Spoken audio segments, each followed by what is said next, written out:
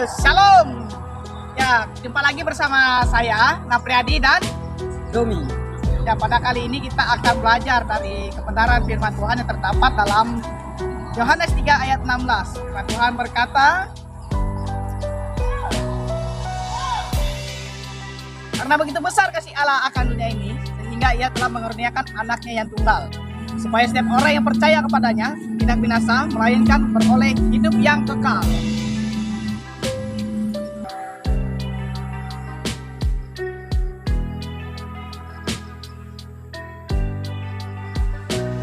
Ya, pada kesempatan kali ini kita akan belajar dari karya penebusan Kristus yang mati di atas kayu salib.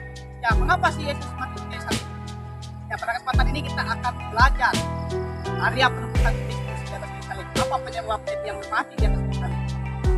Ya, pada kesempatan ini kita akan membahasnya, memecahkannya supaya saudara sekalian tidak penasaran kenapa mati di atas kayu salib. Pada mulanya, pada awalnya, manusia diciptakan begitu dengan sangat sempurna, serupa dan segambar dengan Allah. Ya, pada suatu hari Tuhan Allah menaruh manusia di Taman Eden.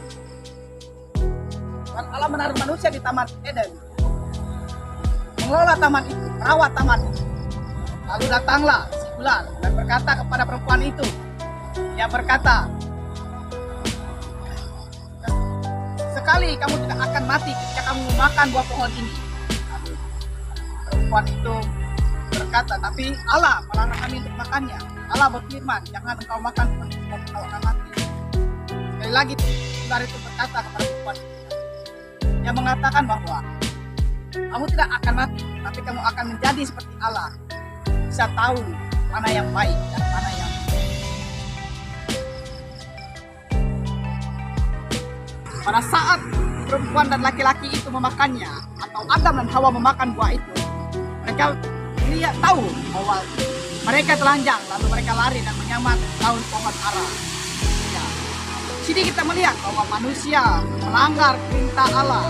Apa yang dilarang oleh Allah, manusia langgar, dan mereka memakan buah pengetahuan, sedangkan Allah sudah melarangnya. Pada satu ketika kita bisa melihat dalam Kejadian pasal 3, di situ kita melihat dalam kejatuhan manusia. Manusia jatuh ke dalam dosa karena ular tadi menggoda si manusia ini. Lalu manusia dibuang ke Taman Eden.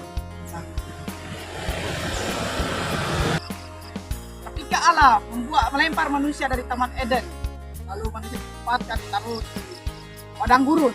Tapi pas dari itu Allah tidak meninggalkan manusia, tetapi ia terus menjaga merawat manusia itu.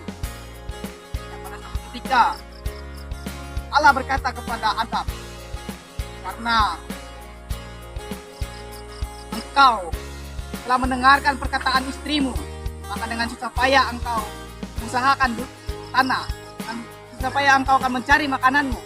Lalu Allah mengatakan kepada istrinya, kepada Hawa, karena engkau telah mendengarkan perkataan ular, maka dengan susah payah engkau akan melahirkan anakmu. Allah kepada Hawa. Lalu Allah berkata kepada manusia, kepada ular, dia mengatakan bahwa keturunanmu akan meremukkan tumit keturunan perempuan ini, dan keturunan perempuan ini akan meremukkan kepalamu. Dan Allah berfirman demikian.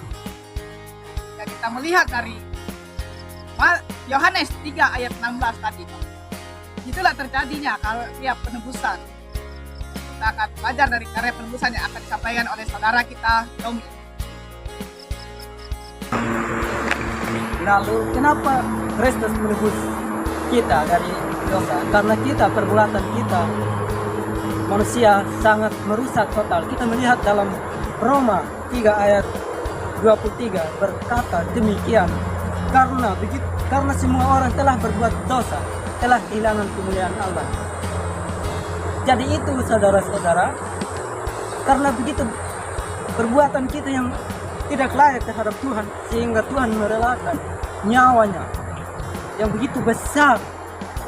Allah memberikan hidup kita yang kekal di dunia ini dan memberikan keselamatan kita, sehingga kita sehingga kita dipulihkan dalam keadaan keburukan, sehingga kita memberikan pengharapan yang baru, hidup yang baru karena kematian Kristus di atas kayu salib. Dalam Yohanes 3 ayat 16 berkata demikian, karena begitu besar kasih Allah akan dunia ini sehingga Dia mengaruniakan anaknya yang tunggal supaya setiap orang yang percaya tidak binasa melainkan beroleh hidup yang kekal. Ya, sini sangat jelas sekali karena Tuhan rela berkorban untuk kita bagi umatnya yang berdosa. Bukan tanpa kesalahan dia melakukan kesalahan sehingga dia mati di kayu salib demi kesalahan manusia, sehingga dia rela berkorban nyawanya untuk menyelamatkan kita dari perbuatan dosa.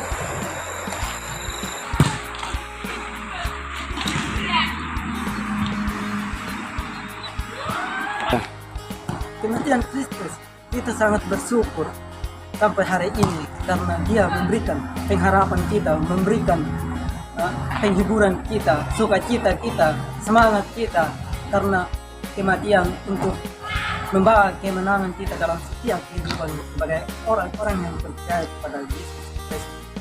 Jadi kita saudara sebagai anak Tuhan harus kita menjadi pemenang dari atas segala dosa karena Tuhan memberikan kehidupan kita yang kekal. Jadi kita sebagai anak-anak yang percaya harus kita hidup dalam kebenaran. Ya saudara-saudara, itulah akhir dari kisah tentang karya penebusan Kristus, bahwa kita harus menjadi seorang putra Allah, yang menjadi seorang anak-anak Allah. Pada saat ini kita harus taat kepada Tuhan Yesus Kristus, supaya kita menjadi seorang Kristen yang begitu mengasihi saudara kita yang belum mengenal Tuhan. Dan kita harus memberitakan kasih Kristus ini kepada mereka, ya, bahwa dalam hidup kita tentu kita tidak akan mengalami kesempurnaan total, tetapi tidak ada yang mustahil bagi Tuhan ketika kita berserah diri kepadanya. Jadi pada kali ini kita akhiri aja pertemuan kita. Shalom, salam sejahtera semuanya. Tuhan Yesus memberkati.